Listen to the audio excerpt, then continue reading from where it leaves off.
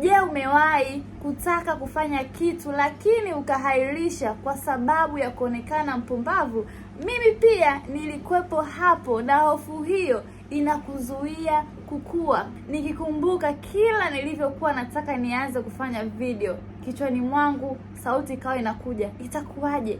Watu watapenda kweli video zangu? Watalike? Miaka ikapita, siku zikaenda, kila mwezi nikaona mtu mwingine anafanya video, anakuwa, anajaribu, anajifunza. Nikasema hii hofu inabidi niikatae, hofu ya kuonekana mpumbavu. Fikiria kwenye maisha yako, kuna muda unatamani kuanzisha biashara, kujifunza ujuzi mpya, kuchangia mada kwenye vikao, lakini unaogopa. Unajua ni kwa nini? Kwa sababu ndani yako unaogopa mawazo ya wengine. Ukweli ni kwamba hakuna mtu ambaye anayekumbuka hofu yako.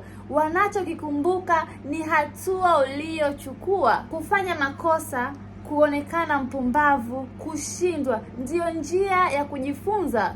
Kila mtaalamu au mtu ambaye alofanikiwa alianza akiwa mpumbavu, lakini waliamua kujifunza na kukabiliana na hiyo hofu. Kila unapoiona hiyo hofu, jaribu kitu kimoja: shindwa, jifunze, cheka mwenyewe. Hapo ndipo unapojaribu kuiacha hiyo hofu. Hapo ndipo utakapoanza kuishi maisha yako kwa ukamilifu, kwa sababu utakopo haujali wengine watakachosema juu yako. Utaanza kujiamini mwenyewe, na hapo ndipo utakavyojenga confidence ya kweli ndani yako.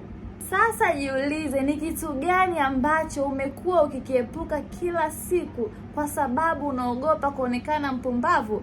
Kianze na ukifanye. Chukua hatua moja leo. Kumbuka hili kila siku, dunia haikalili mawazo yako, ni wewe tu mwenyewe umeamua kujiweka nyuma kwa sababu unaogopa kuonekana hujui. Kama hii imekugusa, like, subscribe na ushiriki story yako kwenye comments.